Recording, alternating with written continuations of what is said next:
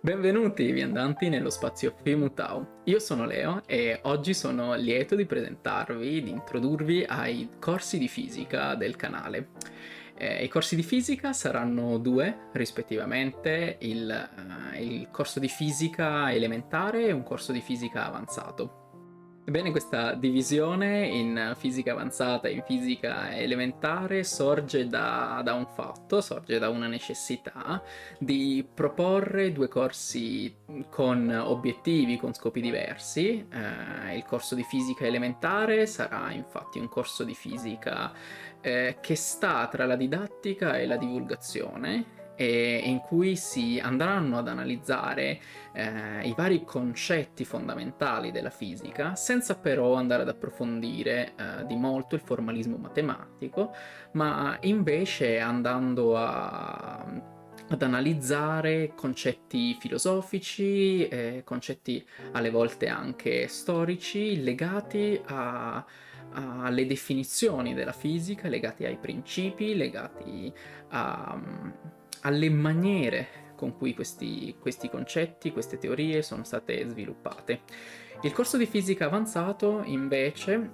è avanzato per un motivo, perché si darà per scontato il formalismo matematico, quindi l'analisi fatta in questo corso non sarà un'analisi che prevederà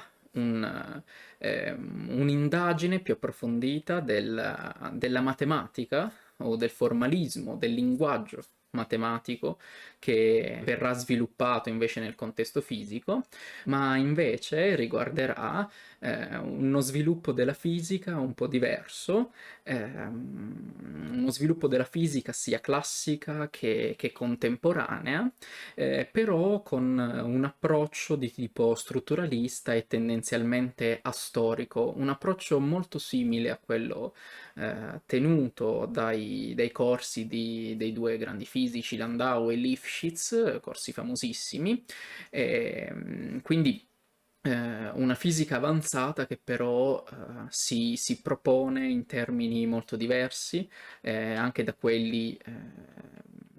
usualmente proposti, usualmente adottati anche nello studio universitario. Quindi una fisica che è molto più improntata sempre a partire dai concetti, essenzialmente una fisica che è costruita in termini molto logici, in termini quindi di processi logici, in termini di costruzioni che hanno a che fare molto con una visione molto razionalista della fisica più che empirista. Quindi una visione, una maniera diversa di intendere la fisica moderna e di presentarla al pubblico. Ehm, Nel corso di fisica elementare, principalmente, l'obiettivo fondamentale è quello di andare a proporre a tutti voi viandanti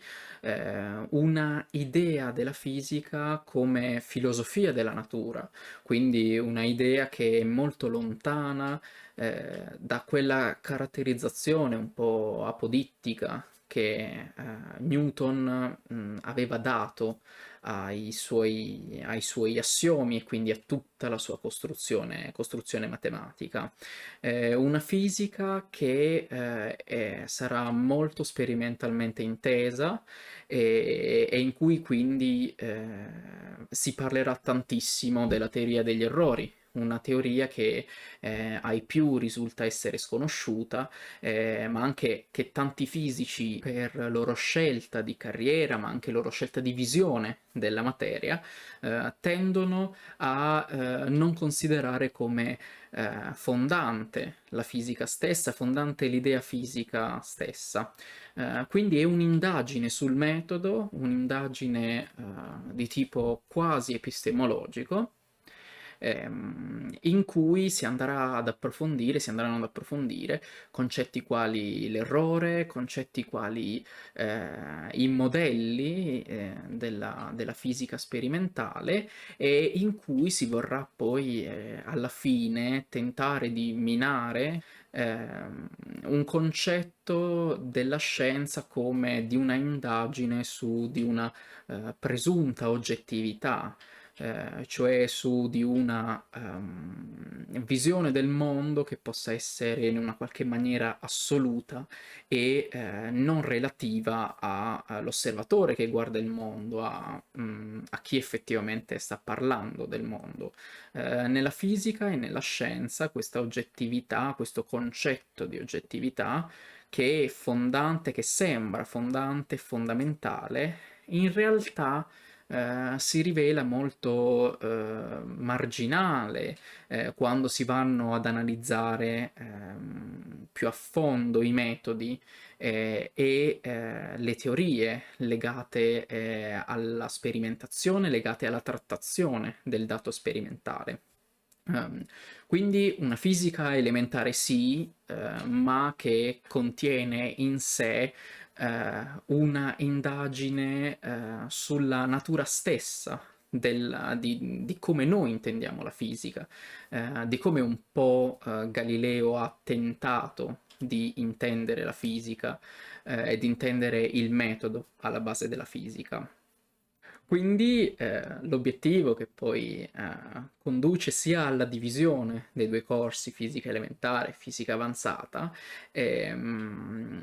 è quello di proporre due punti di vista profondamente diversi della fisica. Un punto di vista che è molto improntato ad una costruzione quasi del tutto mentale, nel caso della fisica avanzata, quindi una costruzione che assomiglia più ad un formalismo, assomiglia più ad una lingua costruita ad hoc, contro invece un punto di vista profondamente più complicato da visualizzare, un punto di vista che immerge, che si immerge nel contatto tra l'uomo e la natura, quindi in questa interazione che risulta essere molto molto complessa da districare, molto molto complessa da analizzare. Quindi fondamentale sarà una distinzione molto, molto importante tra quello che è un sistema fisico sperimentale, che potremmo intenderlo quindi come un sistema tendenzialmente statistico, e invece è quindi soggetto alle regole della probabilità, ovviamente contrapposto a una visione della fisica, una visione quindi della natura in termini più deterministici, in termini più teoricamente definiti, una fisica in cui non c'è spazio per l'incertezza. Quindi, senza dilungarmi oltre, vi invito a continuare a seguirci, a commentare, a mettere dei mi piace e quindi augurandovi sempre la rivoluzione. Vi saluto.